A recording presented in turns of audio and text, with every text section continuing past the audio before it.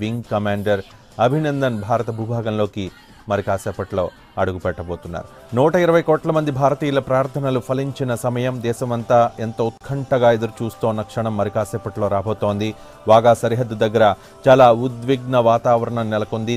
వాఘా సరిహద్దు ప్రాంతం దగ్గరే కాదు, దేశవ్యాప్తంగా కూడా అందరూ 120 కోట్ల భారతీయులంతా అభినందన్ రాక కోసం 1000 కళ్లతో ఎదురు చూస్తున్నారు. జయహో అభినందన్ నినాదాలతో వాఘా సరిహద్దు ప్రాంతం మారుమోగిపోతోంది.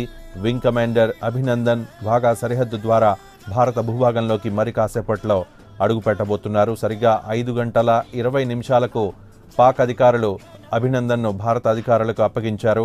కొన్ని ఫార్మాలిటీస్ కంప్లీట్ అయిన తర్వాత మరి కాసేపట్లో భారత భూభాగంలోకి అభినందన్ అడుగు పెట్టబోతున్నారు. ఇప్పటికే స్వాగతం పలికేందుకు వాఘా సరిహద్దు వద్దకు భారీగా అక్కడికి ప్రజలు చేరుకున్నారు. భారత్ మాతాకి జై అంటూ సరిహద్దు ప్రాంతం మారుమోగిపోతోంది. అక్కడ చాలా ఉద్విగ్న వాతావరణం నెలకొంది.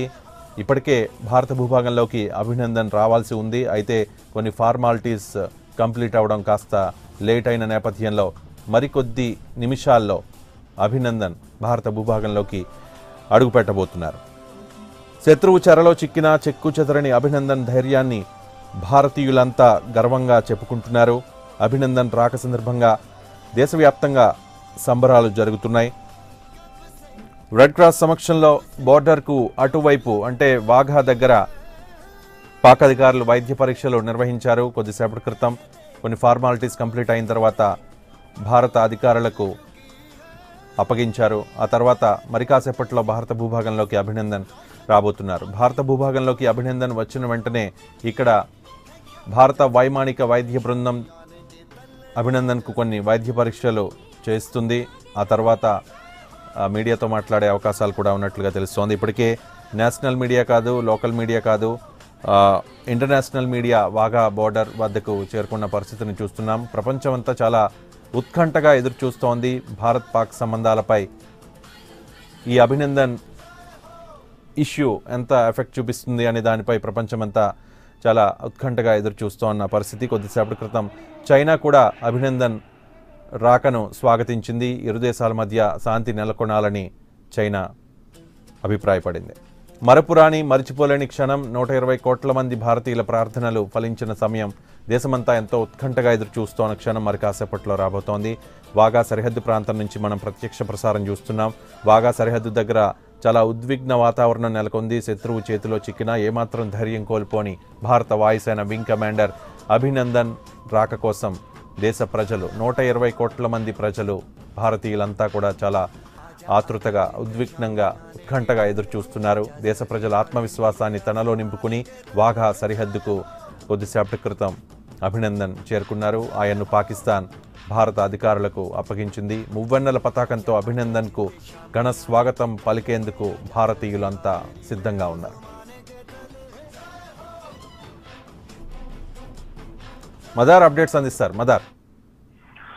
రవి, కీలకంగా మరికొద్దిసేపట్లోనే అభినందన్ భారత ప్రజల ముందుకు రాబోతున్నారు. కీలకంగా 5 గంటల 22 నిమిషాల ప్రాంతంలో పాకిస్తాన్ అధికారులు భారత్ అధికారులకు అభినందన్ అప్పగించారు. ఈ నేపథ్యంలో కొన్ని ఫార్మాలిటీస్ అనేది కూడా కీలకంగా ప్రోటోకాల్ ప్రకారం తనకి వైద్య పరీక్షలతో పాటు అక్కడ పాకిస్తాన్ భూభాగంలో ల్యాండ్ అయినప్పటి నుంచి కూడా తను ఎదుర్కొన్నటువంటి ప్రతి అంశాన్ని కూడా ఇటు ఇంటెలిజెన్స్ అధికారులతో పాటు రా అధికారులకు కూడా తను సమాచారం ఇవ్వాల్సి ఉంటుంది. ఈ నేపథ్యంలోనే ఇటు పాకిస్తాన్ సంబంధించి అక్కడ అధికారులు తనతో వ్యవహరించినటువంటి శైలి పైన కావచ్చు, తన పైన ఏదైనా విష ప్రయోగం లాంటిది ఏదైనా జరిగిందా, లేకపోతే బగ్ లాంటిది ఏదైనా వారు పాకిస్తాన్ సంబంధించినటువంటి వారు ఇంజెస్ట్ చేశారా అనేటువంటి అంశాలపైన కూడా వైద్య పరీక్షలు నిర్వహిస్తారు. తర్వాత బగ్ టెస్ట్ అనేది కూడా నిర్వహిస్తారు. తదనంతరం పాకిస్తాన్ ఇచ్చినటువంటి చేసినటువంటి వైద్య పరీక్షల వాటికి సంబంధించినటువంటి రిపోర్ట్లు, తర్వాత భారత ఆర్మీ చేపట్టినటువంటి వైద్య పరీక్షల అనంతరం రెండు రిపోర్ట్స్ ను కూడా సరిచూసిన తర్వాత తనకు సంబంధించినటువంటి అక్కడ జరిగినటువంటి ప్రతి అంశాన్ని కూడా డీకోడ్ చేసేటువంటి ప్రయత్నం ఇంటెలిజెన్స్ అధికారులు చేస్తారు. ఆ తర్వాత తనను తన తల్లిదండ్రులకు కూడా అప్పగించేటువంటి ప్రయత్నం ఉంటుంది. ఆ తర్వాత కొద్ది రోజుల పాటు అజ్ఞాతంలో కూడా ఉండేటువంటి అవకాశం కనబడుతుంది. ఎందుకంటే మొత్తంగా తన అందరి దృష్టి కూడా ఇప్పుడు ప్రస్తుతం అభినందన్ మీదే ఉంది. కాబట్టి తనకు కొంత అలాగే భూభాగంలోకి వెళ్ళడం, అక్కడ కొన్ని దెబ్బలు కూడా తినడం కూడా తనకి కొంత మానసికంగా కావచ్చు, కొంత శారీరకంగా కూడా తనకు కొంత విశ్రాంతి ఇవ్వాల్సినటువంటి సమయం ఇది. కాబట్టి ఇప్పటికే దేశ ప్రజలంతా కూడా ఒక హీరోగా తనను కీర్తిస్తున్నారు.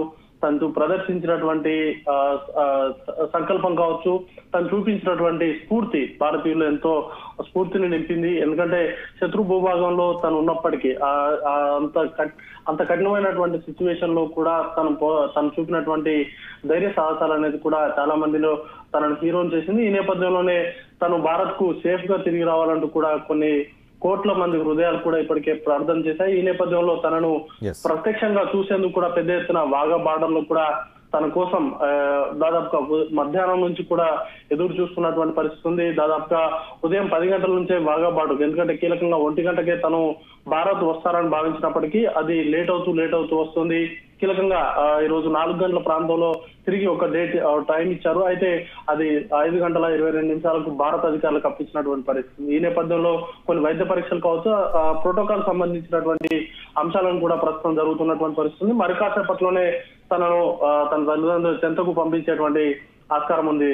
రవి, మదార్, అభినందన్ భారత భూభాగంలోకి ఎంటర్ అయిన వెంటనే ఎటువంటి ఫార్మాలిటీస్ ఉండబోతున్నాయి? మీడియాతో ఏదైనా మాట్లాడే అవకాశం ఉందా? మీడియా కొంత దూరంగా ఉంచేటువంటి అవకాశం కనబడతా ఉంది. అయితే ఫార్మాలిటీస్ ప్రకారం వైద్య పరీక్షలు నిర్వహిస్తారు. వైద్య పరీక్షల్లో కీలకంగా తను ఇప్పటికే కొంత గాయాల పాలయ్యాడు కాబట్టి తనకు ప్రస్తుతం వైద్య చికిత్సను అందించడంతో పాటు తనకు కొన్ని పరీక్షలు కూడా నిర్వహించే అవకాశం ఉంటుంది. ఎందుకంటే తనలో ఏమైనా కనిపించినటువంటి బగ్స్ ని కనుక ఇంజెక్ట్ చేశారా, లేకపోతే తన పైన ఏమైనా విష ప్రయోగం లాంటిది ఏమైనా చేశారా అనే అంశాలపైన కూడా పూర్తి స్థాయిలో వైద్య పరీక్షలు నిర్వహించాల్సి ఉంటుంది. ఎందుకంటే కీలకంగా పాకిస్తాన్ కూడా ఇప్పటికే భారత అధికారులకు కావచ్చు, ఒక థర్డ్ పార్టీకి సంబంధించినటువంటి రెడ్ క్రాస్ సొసైటీ నేతృత్వంలో పరీక్షలన్నీ కూడా నిర్వహించి భారత్ అప్పగించారు. ఆ సందర్భంగా చేసినటువంటి వైద్య పరీక్షలకు సంబంధించినటువంటి రిపోర్ట్స్ కావచ్చు, అలాగే భారత ఆర్మీ చేపట్టే నేతృత్వంలో జరిగేటువంటి వైద్య పరీక్షల్లో వచ్చేటువంటి రిపోర్ట్ ను కూడా సరిచూడడం అనేది కూడా ఆనవాయితీగా ఉంటుంది. ఎందుకంటే సాధారణంగా యుద్ధ ఖైదీలు మన దేశంలోకి వచ్చిన సందర్భంలో ఇలాంటి వైద్య పరీక్షలు అనేది కూడా నిర్వహిస్తూ ఉంటారు. ఎందుకంటే పాకిస్తాన్ ఇప్పటికే తన వక్రబుద్ధిని కూడా చాటుకునేటువంటి అవకాశం ఉన్న నేపథ్యంలో ఎట్టి పరిస్థితుల్లో శత్రు దేశానికి అవకాశం ఇవ్వకూడదు అనేటువంటి దిశగా ఈ జెనీవా ఒప్పందంలో భాగంగా ఈ వైద్య పరీక్షలు అనేది కూడా 2 దేశాలకు సంబంధించినటువంటి వైద్యుల పర్యవేక్షణలో జరుగుతాయి. ఈ నేపథ్యంలోనే ఆ వైద్య పరీక్షలు నిర్వహించిన తర్వాత తనను కొంత ఇంటెలిజెన్స్ అధికారులు కావచ్చు, అధికారులు కూడా పూర్తి స్థాయిలో 2 రోజుల పాటు తను పాకిస్తాన్ లో ఉన్నాడు. అక్కడ జరిగినటువంటి ప్రతి అంశాన్ని కూడా అడిగి తెలుసుకునేటువంటి ప్రయత్నం చేస్తారు. ఆ తర్వాత మాత్రమే తన తల్లిదండ్రుల దగ్గరికి పంపించేటువంటి అవకాశం కనబడతా ఉంది. రవి, అదే మదర్, ఒకవైపు పాకిస్తాన్ శాంతి మంత్రం జపిస్తున్నామని చెప్తోంది, పాక్ ప్రభుత్వం అదే చెప్తోంది, దానికి పాక్ మీడియా కూడా వంతపడుతోంది. కానీ సరిహద్దుల్లో పరిస్థితిని చూస్తే ఆ రకంగా అనిపించడం లేదు. ఒకవైపు అభినందన్ విడుదల తర్వాత భారత భూభాగంలోకి మరి కాసేపట్లో రాబోతోన్న నేపథ్యంలో మిగిలిన సరిహద్దు ప్రాంతాల్లో ఎటువంటి పరిస్థితి ఉంది? ఇంకా అటువంటి ఉద్రిక్తత కొనసాగుతుందా? కీలకంగా రవి, ఈ రోజు సాయంత్రం కూడా 4 గంటల 20 నిమిషాల ప్రాంతంలో కూడా ఇటు పూంచ్ సెక్టార్ పరిధిలో కూడా పాకిస్తాన్ సీజ్ ఫైర్ వైలేషన్ పాల్పడింది. వారి ప్రభుత్వం కావచ్చు, వారి ఆర్మీ జనరల్ ఆసిఫ్ గఫర్ ఇద్దరు కూడా మేము భారత్ తో యుద్ధాన్ని కోరుకోవట్లేదు, శాంతి మంత్రాన్ని మేము జపిస్తున్నాం, అలాగే ఆ నేపథ్యంలోనే ఇటు అభినందన్ కూడా విడుదల చేస్తున్నాం అంటూ ప్రకటించిన కొద్దిసేపటికే Pakistan army ceasefire violation పాల్పడింది. దాదాపుగా ఇప్పటి వరకు ఇది 36వ సారిగా సీజ్ ఫైర్ వైలేషన్ పాల్పడడం. అలాగే ఇటు కుప్వారా ప్రాంతంలో కూడా కొద్దిసేపటి క్రితమే పోలీసులకు అలాగే తీవ్రవాదులకు మధ్య ఎన్కౌంటర్ అనేది కూడా జరిగింది. ఈ నేపథ్యంలో ఒక సిఆర్పిఎఫ్ జవాన్ కూడా తన ప్రాణాలను కోల్పోయారు. కీలకంగా మధ్యాహ్నం జరిగినటువంటి ఎన్కౌంటర్ లో 2 తీవ్రవాదులు హతమయ్యారు. ఒక తీవ్రవాది తప్పించుకోగా తన కోసం గాలింపు చర్యలు కొనసాగుతా ఉన్నాయి. ఈ నేపథ్యంలోనే కొద్దిసేపటి క్రితం జరిగినటువంటి ఎన్కౌంటర్ లో కూడా ఒక సిఆర్పిఎఫ్ జవాన్ మృతి చెందడం బాధాకరం. అలాగే అటు ఉగ్రవాదులు ఇప్పటికే జమ్మూ కాశ్మీర్ లో కావచ్చు, అక్కడ ఉన్నటువంటి సెన్సిటివ్ ఏరియాలో తలదాచుకున్నారు అనేటువంటి అనుమానంతో ఇప్పటికే భారత జవాన్లు అక్కడ కార్డన్ సెర్చ్ ను కూడా నిర్వహిస్తున్న పరిస్థితి ఉంది. ఈ నేపథ్యంలోనే భారత ఆర్మీ పైన కూడా వారు కాల్పులు జరుపుతున్నారు. కీలకంగా వారు చెప్పే మాటలకు చేసేటువంటి ప్రయత్నాలకు మాత్రం పూర్తి భిన్నమైనటువంటి పరిస్థితి ఉంది. ఇకనైనా తమ బుద్ధి మార్చుకోవాలంటూ కూడా ఇప్పటికే భారత ఆర్మీ కూడా హెచ్చరించింది. ఎలాంటి సిచ్యువేషన్ పాకిస్తాన్ నుంచి కవ్వింపు చర్యలు కావచ్చు, యుద్ధం కావచ్చు, ఒకవేళ శాంతి చర్చలు, ఇలా 3 అంశాల్లో కూడా తాము అన్నిటికీ సిద్ధంగా ఉన్నామనే దిశగా కూడా ఒక సంకేతాన్ని ఇచ్చింది. దానిలో భాగంగానే అదనపు బలగాలను కూడా ఇప్పటికే సరిహద్దు ప్రాంతాల్లో మోహరించారు. పంజాబ్, గుజరాత్, రాజస్థాన్ వంటి సరిహద్దు రాష్ట్రాల్లో కూడా సెక్యూరిటీని టైటన్ చేశారు. ఇప్పటికే ఢిల్లీలో కూడా, దేశ రాజధాని ఢిల్లీలో కూడా హై అలర్ట్ అనేది కూడా కొనసాగుతా ఉంది. కీలకంగా 29 ప్రాంతాల్లో దాడులకు పాల్పడతారనేటువంటి అనుమానం ఉన్న నేపథ్యంలో కీలకమైనటువంటి ప్రతి జనావాసాలు ఎక్కువగా ఉండేటువంటి, జనసంచారం ఎక్కువ ఉండేటువంటి ప్రాంతాల్లో ఉగ్రవాదులు దాడులు చేస్తారనేటువంటి అనుమానం ఉన్న నేపథ్యంలో అక్కడ కూడా సెక్యూరిటీని టైటన్ చేశారు. అలాగే ఈ రోజు పంజాబ్ లో కూడా ఒక పాకిస్తాన్ సంబంధించినటువంటి గూఢచారిని కూడా అదుపులోకి తీసుకొని తనను కూడా విచారిస్తున్నారు. మొత్తంగా దేశవ్యాప్తంగా అలర్ట్ సిచ్యువేషన్ అయితే, హై అలర్ట్ సిచ్యువేషన్ అయితే కొనసాగుతోంది. 2 దేశాల మధ్య ఉద్రిక్త పరిస్థితులు ఇంకా కొనసాగుతున్నటువంటి పరిస్థితి. వారు కాల్పుల విరమణ ఒప్పందాన్ని గౌరవించడం, అలాగే పాకిస్తాన్ లో ఎవరైతే ఆశ్రయం పొందుతున్నారో ఆ తీవ్రవాదుల పైన కఠిన చర్యలు తీసుకున్నప్పుడు మాత్రమే ఇరు దేశాల మధ్య శాంతి అనేది కూడా వచ్చేటువంటి అవకాశం ఉంటుంది. దానికి భారత ప్రభుత్వం కూడా ఈ 2 అంశాలపైనే డిమాండ్ చేస్తా ఉంది. ఒకవైపు జైషే మహమ్మద్ సంబంధించినటువంటి మౌలానా మసూద్ అజర్ ఆ దేశంలోనే ఉన్నారని చెప్తున్నారు. కాబట్టి వారిని అరెస్ట్ చేయడంతో పాటు భారత్ లో ఉగ్రవాద ప్రేరేపిత దాడులను కూడా ఆపాలి. అలాగే ఇటు సరిహద్దు ప్రాంతాల్లో కూడా సీజ్ ఫైర్ వైలేషన్ కూడా వెంటనే ఆప్ చేయాలి.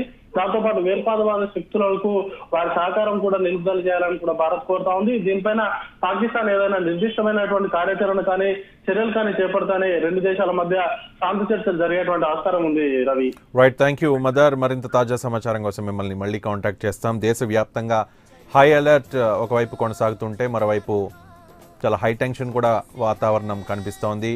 సరిహద్దు ప్రాంతం దగ్గర ఉన్న పరిస్థితిని, వాఘా సరిహద్దు ప్రాంతం దగ్గర ఉన్న పరిస్థితిని మనం ప్రత్యక్ష ప్రసారంలో చూస్తున్నాం. మరపురాని, మరిచిపోలేని క్షణం మరి కాసేపట్లో ఆవిష్కృతం కాబోతోంది. 120 కోట్ల మంది భారతీయుల ప్రార్థనలు ఫలించిన సమయం, దేశమంతా ఎంతో ఉత్కంఠగా ఎదురు చూస్తోన్న క్షణం మరి కాసేపట్లో రాబోతోంది. వాఘా సరిహద్దు దగ్గర ఉన్న ఉద్విగ్న వాతావరణాన్ని మనం ప్రత్యక్ష ప్రసారంలో చూస్తున్నాం. శత్రువు చేతిలో చిక్కినా ఏమాత్రం ధైర్యం కోల్పోని భారత వాయుసేన వింగ్ కమాండర్ అభినందన్ దేశ ప్రజల ఆత్మవిశ్వాసాన్ని తనలో నింపుకుని భారత భూభాగంలోకి మరి కాసేపట్లో అడుగు పెట్టబోతున్నారు. జై హో అభినందన్ నినాదాలతో వాఘా సరిహద్దు ప్రాంతం మార్మోగిపోతోంది. అక్కడ మనం ఆర్మీ అధికారుల్ని ప్రత్యక్షంగా చూస్తున్నాం. వారంతా కూడా అభినందన్ రాక కోసం ఎదురు చూస్తున్నారు. అభినందన్ భారత భూభాగంలోకి అడుగు పెట్టిన తర్వాత కొన్ని ఫార్మాలిటీస్ ఉంటాయి. ఫార్మాలిటీస్ కంప్లీట్ అయిన తర్వాత అభినందన్ ఢిల్లీకి వెళ్తారా, లేకపోతే ఆర్మీ అధికారులతో, ఇండియన్ ఎయిర్ ఫోర్స్ అధికారులతో కలిసి మీడియా సమావేశంలో పాల్గొంటారా, లేకపోతే వాళ్ళ పేరెంట్స్ దగ్గరికి వెళ్తారా అనేది ఒక క్లారిటీ మరి కాసేపట్లో వచ్చే అవకాశం ఉంది. ఇప్పటికే స్వాగతం పలికేందుకు వాఘా సరిహద్దు వద్దకు భారీగా ప్రజలు చేరుకున్నారు. భారత్ మాతాకి జై అంటూ సరిహద్దు ప్రాంతం మారుమోగిపోతోంది. అక్కడ చాలా ఉద్విగ్న వాతావరణం నెలకొంది. మరి కాసేపట్లో వింగ్ కమాండర్ అభినందన్ భారత భూభాగంలోకి